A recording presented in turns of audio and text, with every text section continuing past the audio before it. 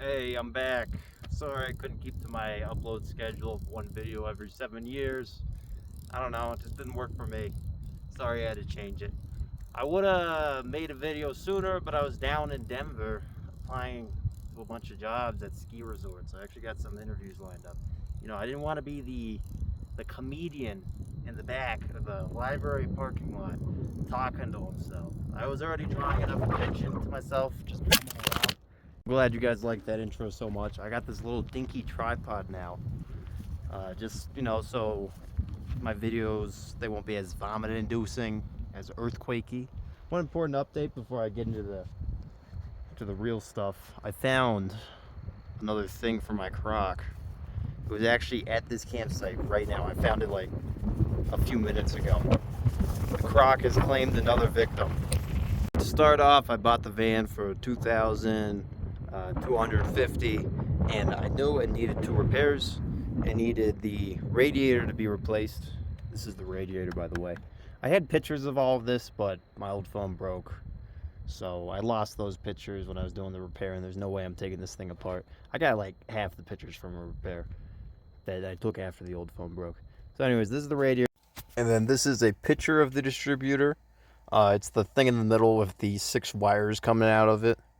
I had to replace that too. I had a lot of nice photos of me replacing it, but no longer. The radiator ended up costing $80 and the distributor cost $40. I know you guys might think I'm a sucker for paying that much for the van.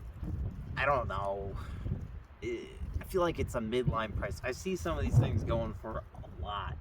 Like, I know no one's buying them for that much, but like I've seen some of these for 10K, right? Like that's kind of crazy. So I don't know if I overpaid. Whatever.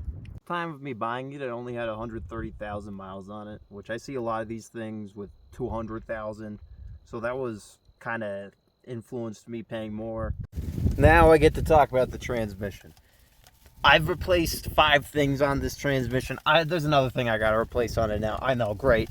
I've taken off the transmission pan 4 times at this point. 4 times. There's so much transmission fluid sprayed on the internals of this van. Every time I stop, it smells like burning transmission fluid, and that triggers my fight or flight response. I get an adrenaline rush whenever I step out of this thing. It's crazy. After I got Mike Disaster, that's the name of the van. Disaster is short for disaster, if you didn't know. I noticed it was shifting harsh from 1 to 2, so I replaced the solenoids 1 and 2, which you can see in the picture, along with the gasket and the filter. I got it all in a bundle. It cost me $38. Okay, next, the engine just threw out a code for no reason. And the transmission went into limp mode. I was stuck in with my 2nd and 3rd gear. If I try to go over 50, the engine goes like, oh my god. Yeah, so that was the 3 to 2 downshift solenoid. So I had to take the pan right back off, drain the fluid, replace that thing. Yeah, boy. That thing cost me $23.50. After all that, I was like, this thing is doing a real harsh shift from 1 to 2 again. Weird. So you know what I did? I replaced the servo, right? Yeah, servo with the Corvette servo. That big disc-looking joint. Funny story of that. First time I replaced it, I didn't pop it in all the way. And then I drove it, and I just sprayed transmission fluid everywhere. It was great. I had thick line right down the road. I jumped out. I was like, oh my god. So then I spent the next hour with a really long stick trying to pry that thing, getting it to pop in fully. Great time. I also replaced the old 1-2 accumulator with a pinless one at the same time as I was replacing that Corvette servo. I didn't have to take the transmission pan off to do the servo, but I definitely had to do it for that accumulator. So that's the 3rd time. After doing all that, things were fine. It was shifting well.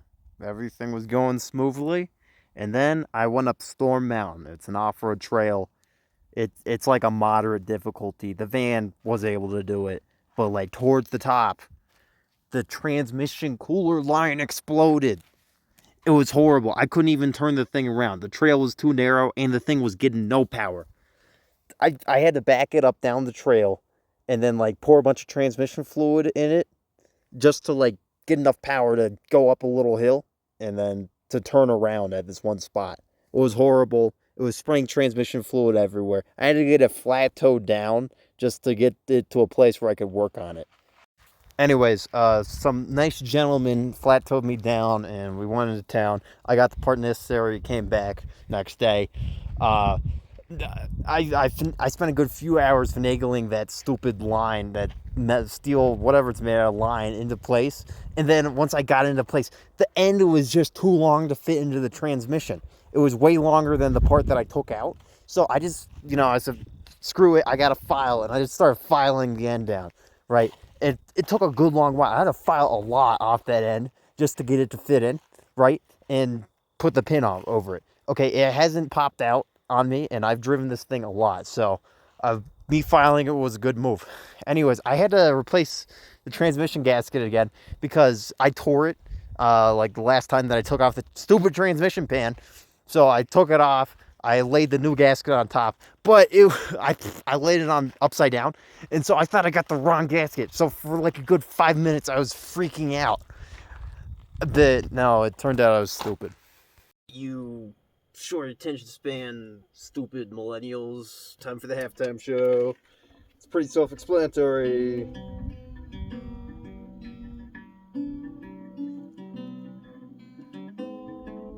For my eyes of curiosity. Shit. Where's the fret? The dust in the wind. All they are is dust in the wind. Screw you. Where is this? Anyways, current day, I have a engine slipping code. What is this?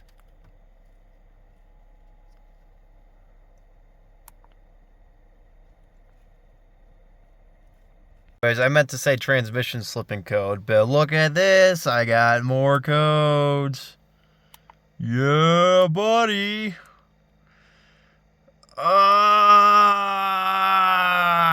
Whatever, it's just mass airflow. That should be hard to replace, and then throttle pedal. I don't even know if I care about the throttle pedal.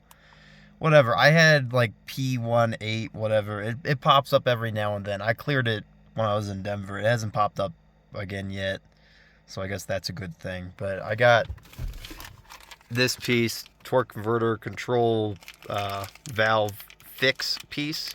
So I'm hoping I can just slide this in. That'll help. I gotta take the transmission pan off again to do that. Ugh. But yeah, great. Last kind of interesting thing that went out was the water pump just sprayed transmission fluid everywhere. I mean, coolant everywhere. That thing cost me like $50. I know I go for the cheap Chinese stuff. I'm probably gonna regret it in the future, but whatever. Just know anything rubber is gonna go out on your old ass car. Alright, here's the list that I made. I didn't go over everything. I just went over the stuff that I thought was more interesting. You can just look at the list. I didn't go over I'll go over the lift kit in the future. What's funny is I replaced the transmission, the throttle position sensor. I replaced it. Now looking at this list, I remember now. But now I have a code for the throttle. I know, great. Remember when I said I'd regret buying Chinese stuff? Yeah. So as you can see, I spent $522 extra on this thing, which is still under $3,000, which is pretty good. If I include the lift kit, it's over $3,000. Whatever. That's unnecessary. You don't need a lift kit. The transmission fluid cost is just an estimate. I wasn't expecting to go through so much transmission fluid, but here I am. Okay, if you should take anything away from this video, it's just if you buy an old car, you got to be willing to work on it. You got to be willing to do everything for it. If I brought this thing to the mechanic, I would be thousands of dollars into the hole right now. But I got away spending $500 whatever and a bunch of my time. Also, the front main steel leaks on the transmission. I don't think I'm going to ever fix that unless I got to drop the transmission for some other reason. Anyways, here's some nice, fun pictures of me installing the lift. This was me just lifting the body off the front frame. I just had to undo 6 bolts holding the frame on. I'm installing spacers between the body and the frame. I did 2 on torsion, 2 on spacers. I don't have any pictures of this torsion keys. I mean, I could get out right now and take some pictures, but I'm not gonna. The hardest part of doing the back was the leaf spring bolts. Those things are so stuck. The hardest, I just hammering them. I was hammering them all day. The annoying nosy ass neighbor that lives down the street started complaining. They like complained to the HOA or something. I know I did this in an HOA. I hope you like my stack of wood. The people in that neighborhood hate me. Okay, this is one of my family members. They live here. They let me repair my thing in front of their house. You're gonna be driving around in your old beater that you paid not that much for, then I recommend carrying around different fluids. I have more oil. I just don't know where I put it. It's somewhere in there. If I needed it, I'd find it. I carry extra transmission fluid because I have bad experiences with transmissions, as you heard. So yeah, just, be prepared, carry around the fluid. Transmission fluid has really helped me get out of some sticky situations. Well, I already said which ones, but yeah. Okay, closing statements. My dream is to be on the Talk Tua podcast. If you don't know, it's a podcast made by Miss Hawk Tua. If anyone has a contact, recommend it. I want to be on there. If you don't know what Hawk Tua is, I envy you. And then I'm gonna recommend a YouTube video. It's some Japanese thing. It's just a bunch of railroad crossing signs in a hotel. Because why not? Why can't I recommend a YouTube video? And then thanks for all the comments on the last video. I was not expecting to get any comments, but I did. So thank you guys. Very encouraging. I appreciated it. A little too over enthusiastic, but whatever. Thank you.